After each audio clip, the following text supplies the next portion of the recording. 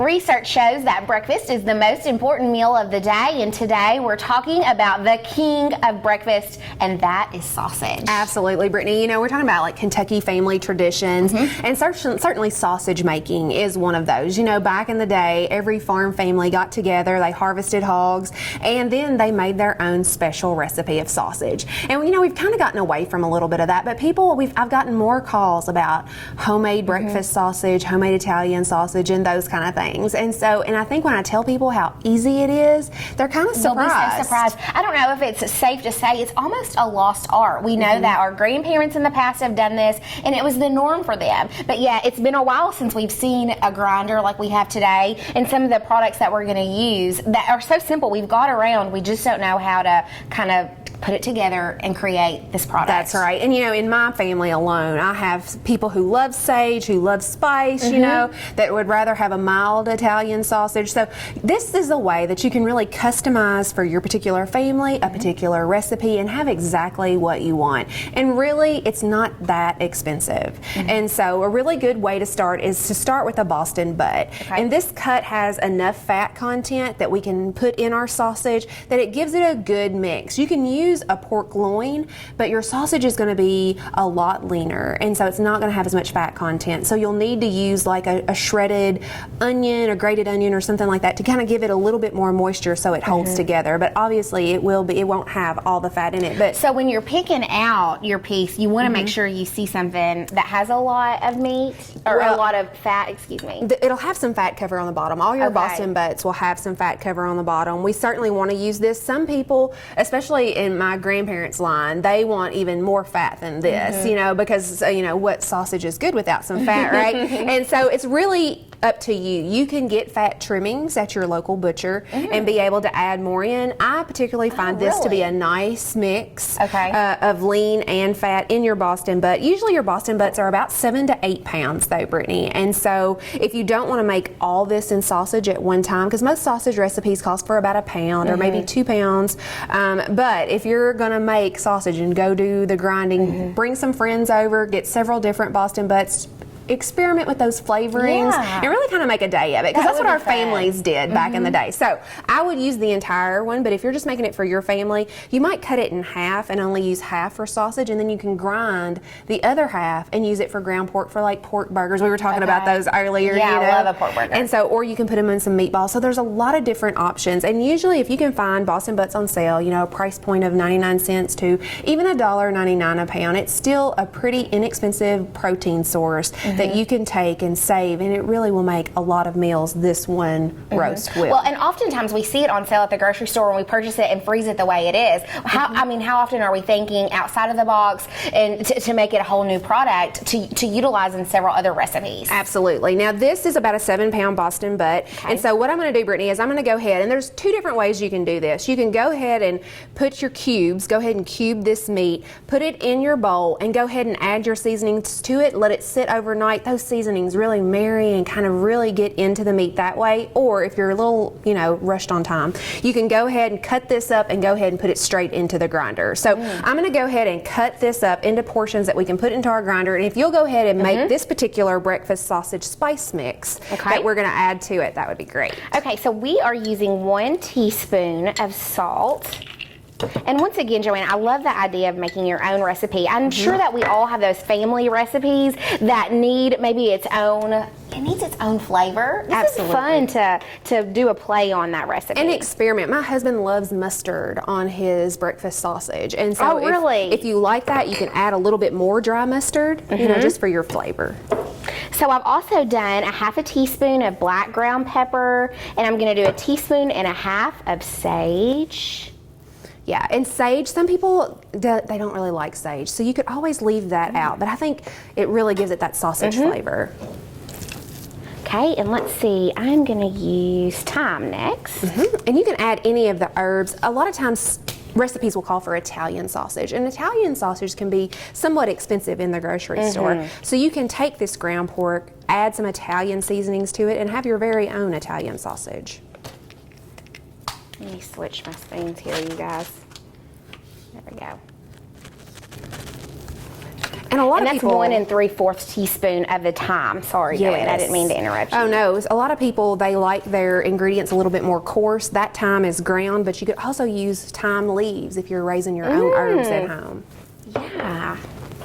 3/4 teaspoon of savory and 1/4 teaspoon of dried mustard.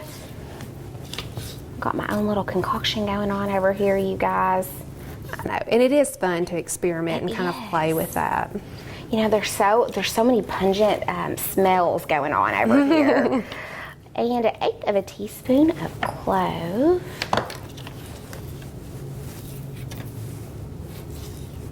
And this Boston butt has a bone, and so I have this knife that I would use to kind of debone this particular Boston butt. If you don't want to deal with that, you can buy them boneless. They'll probably be about 20 more cents a pound, but you can certainly be able to do this. This one has a smaller bone. You can kind of see the start of it here, and so, but that shouldn't be that hard to get out. So now, if you wanted to just make ground pork, I guess, you would just take these chunks and grind them immediately. But if you're going to make sausage, when do you put the seasoning in? You can do it one of two ways, Brittany. You can go ahead and grind your pork and then add this. But the thing about it is, we don't really want to knead our meat so much, our ground meat. It makes it more dense, and so the texture is a little bit different. So the reasoning behind going ahead and putting your chunked meat in this bowl, let it marinate. Okay. Those flavors really meld, and then you'll grind the seasoning and the meat all together, and then you'll almost already have, all you have to do is form your patty. And so really it's a preference. Some people like dense sausage. You know, people that are not used to homemade sausage where it's a little thicker grind, you know, people might like that dense sausage, and certainly they can do that. So it's really preference and time. If you have time to marinate it overnight in the seasoning mix, that's going to give you the best flavor, and it's going to give you a very tender product. And so we have some cut up here. Now, Brittany, let's say that you do not have a grinder at home, okay, but you still want to play around, you still want to make some sausage. When ground pork goes on sale, and you can find this with the other ground meats in the grocery store, you can just buy a pound of ground pork, and then all you do is just stick this right in your bowl. And this recipe, the seasoning recipe, was for a pound. And so if you'll just add that to it. And so you can kind of take a pound at a time and play with all kinds of different recipes. Now, our family went through several different recipes before we found the one that we really like. Yeah, and so, you know, talk to some of your neighbors that used to, you know, raise hogs and make their own sausage. I'm sure they have one, and they might even help you develop your very own recipe. But you can kind of see when we're mixing this into the ground meat, we're having to work this meat a lot more than we would if we just marinated it with the chunks and ran it through the grinder. But still, it's going to be a delicious product. You know exactly what went into this sausage, and so you can cook this right up for your family to make a delicious breakfast. And you know, it really is good to get the kids involved with this as well. You know, one of my passions is to teach kids where their food comes from, and you know, it doesn't come from the grocery store. And so this kind of gives it a little bit more reality of sausage that doesn't come in your little 1 pound chubs. It comes from ground pork. We add seasoning to it, and then voila, you have a great breakfast. And so then you'll just take it once it's all thoroughly mixed, and then you'll make the patty the size patty that you like. Now, my husband wants a hamburger size sausage patty, which I think is a little much, but he wants it hanging off the biscuit. But you can kind of make this however the size that you like to make it. Usually we want to cook it, and we want to make sure that it gets up to 160 degrees because it is a ground product, so I would encourage people to use a thermometer when they're cooking it. But you know, 3 to 5 minutes per side, depending on your thickness and size of your sausage patty, is about where we want to be. And so I'm going to pull this over and kind of put the sausage patties on here, and then we can fry these up. You know, and a lot of times holidays you're thinking about sausage balls, and so you can definitely use this sausage for the sausage balls, and that would definitely be made from scratch love if you made the sausage to go into your sausage balls for the holiday event. And how proud would you be of that? Absolutely. Okay. Absolutely. Well, Brittany, I'm going to go ahead and pat these patties out, and then we're going to actually go over there and grind How fun. some meat. And so stay with us for that. We're talking about the king of breakfast, and that is sausage. Today we're making our very own with the help of Joanna, who's quite experienced and has led us through the process. So what do we have here? Right here you have Boston butt, and it's cubed in a little over an inch or less chunks. And what we're going to do, Brittany, is we're going to send this through the grinding process. You can always season this, let it marinate overnight, and then send it through the grinding process. But if we want to maybe save some out for some ground pork burgers or maybe some meatballs, we'll just do it without the seasoning. And this grinder, you know, a lot of people are intimidated by a big grinder. You know, they don't have one at home. This grinder was only $100, and you might say, oh my goodness, you could always find more on sale. Use coupons, really try to find one. I've even had friends that found a grinder at Goodwill. And so, you know, it's a great place to look. But if you think about using it in large volumes, maybe inviting friends over to, you know, have a big grinding party, or if you're going to do a little bit more of this homesteading type of work, this is actually a really good investment. Right. There's so many things that you can do with a meat grinder. And so for under $100, you can have your very own.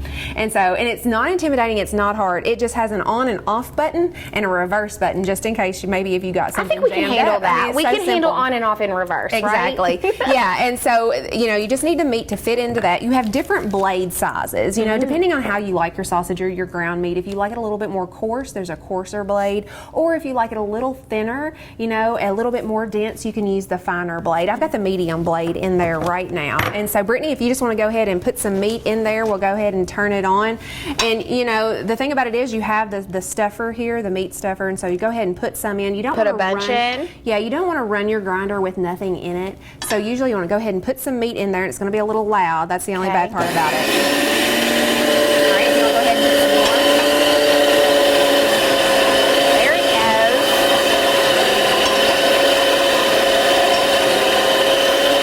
Get all hands on it.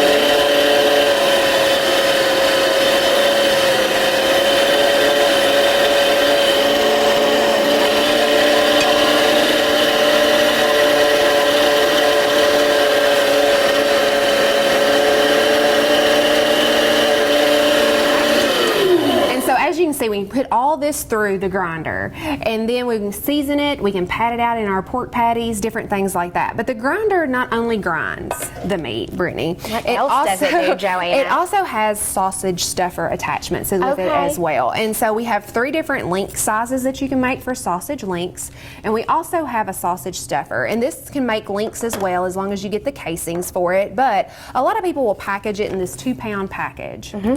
And so you'll put this attachment, you'll take the grinder, the actual grinding plate off, and you'll put the sausage stuffer attachment on, and you'll take all your ground product and push it back through. And then you'll take your bag here and then just kind of work as you stuff and make sure that you can have, you know, you want to make sure that you get it about 2 pounds in there. And so you can kind of play with it. The very first sausage that I stuffed in these packets, it wasn't stuffed very tightly. And so you have to use a lot more. And so, but you can do that with this little invention right here and be able to utilize it that way. And then throw in some of your favorite seasonings, and you have your very own sausage. This is so exciting to me. So if you'd like for more information, you can visit us at the Warren County Extension Office. We'll be glad to share with you some tips or some recipes that you've seen today.